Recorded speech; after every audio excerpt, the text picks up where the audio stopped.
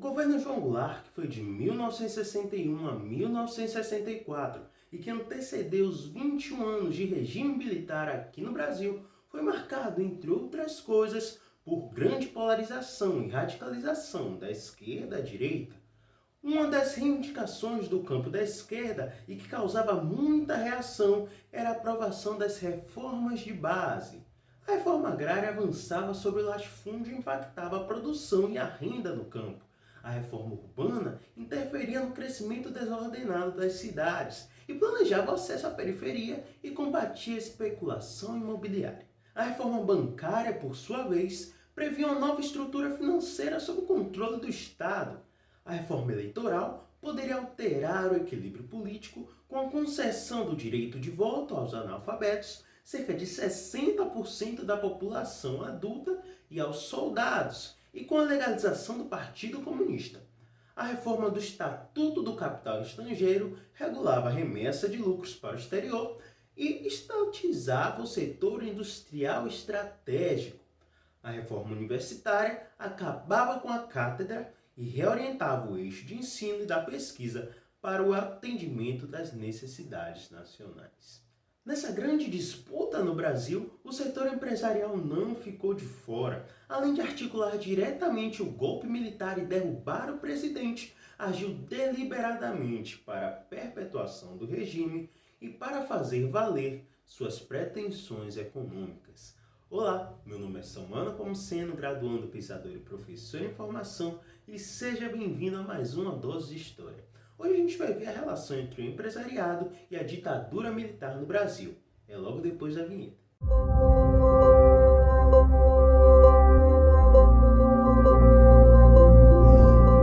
Antes da gente continuar, não esqueça de se inscrever no canal, deixe o like se esse vídeo for útil para você e não se esqueça de seguir a gente lá no Instagram, beleza? @12 da história. Bora lá.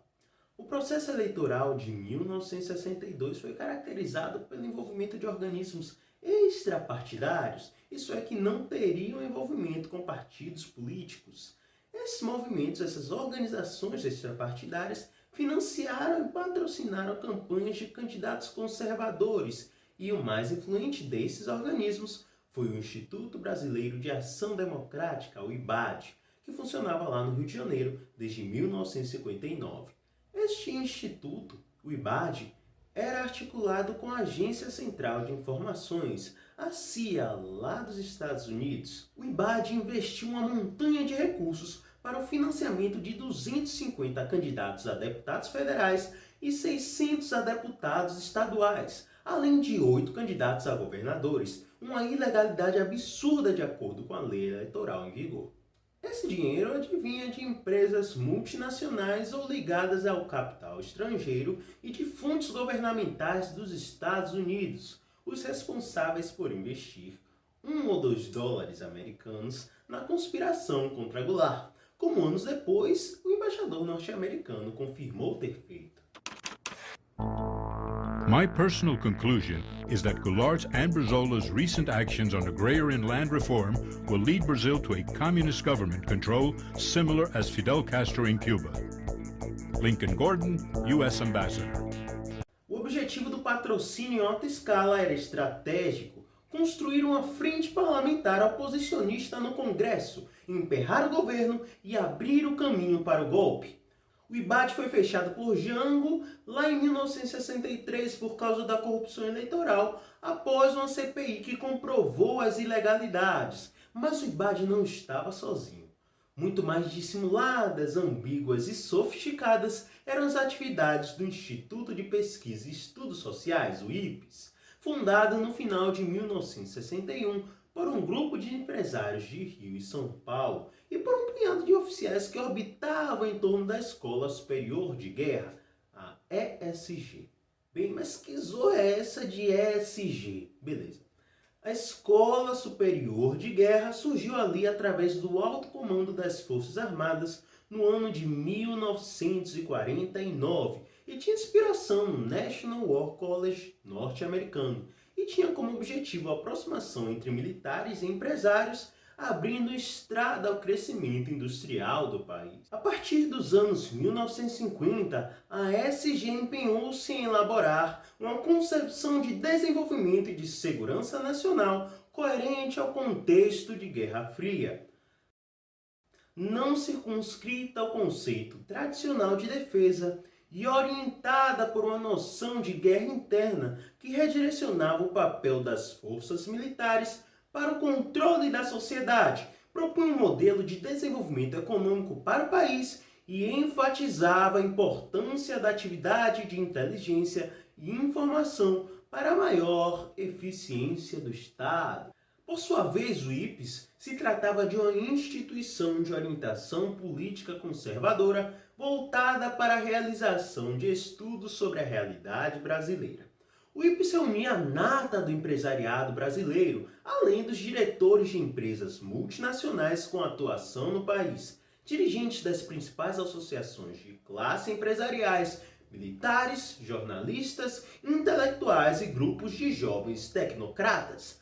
Todos estavam envolvidos em atividades de produção intelectual que contemplavam desde a edição de livros e filmes até ciclos de palestras. Porém, na calada, pelas costas, o IPES agiu contra Goulart, com uma política de duas perspectivas. A primeira consistiu na preparação e execução de um bem orquestrado esforço de desestabilização do governo, que incluía custear uma campanha de propaganda anticomunista, bancar manifestações públicas antigovernistas e escorar, inclusive no âmbito financeiro, grupos e associações de oposição ou de extrema-direita. A segunda traçou estratégias de planejamento para subsidiar um novo projeto de governo e de desenvolvimento para o país, aberto ao fluxo de capital internacional e com vocação autoritária. Bem, você provavelmente deve conhecer a famosa Marcha da Família com Deus pela Liberdade. Bem, essa marcha foi gestada pelo IPES através da União Cívica Feminina, um dos diversos grupos de mulheres organizados pelo Instituto em todo o país para fazer pressão política. Em Brasil, uma biografia, as historiadoras Lilia Schwartz e Louise Starling escreveram: a ditadura pode até ter sido uma sucessão quase imperial de generais no exercício da presidência da República. Contudo, entre 1964 e 1985, o Ministério do Planejamento, juntamente com o da Fazenda, não ficava atrás. Tinha poderes de sobra, era reduto de civis e o comando da área econômica ficava a cargo do IPES.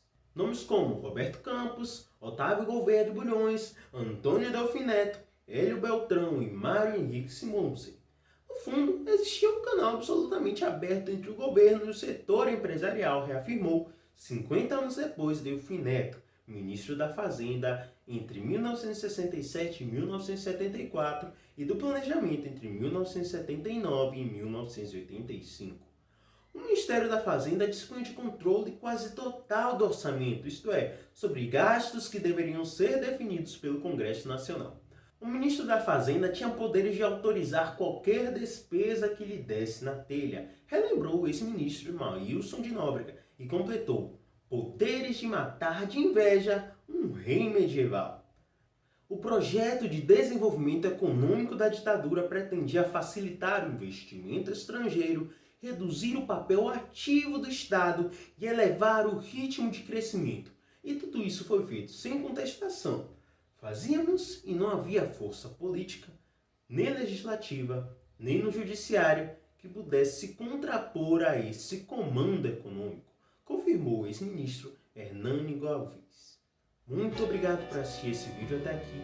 O Doce da História é um projeto educacional feito com bastante cuidado. Nos siga nas redes sociais para não perder mais nenhum conteúdo sobre história e ciências humanas.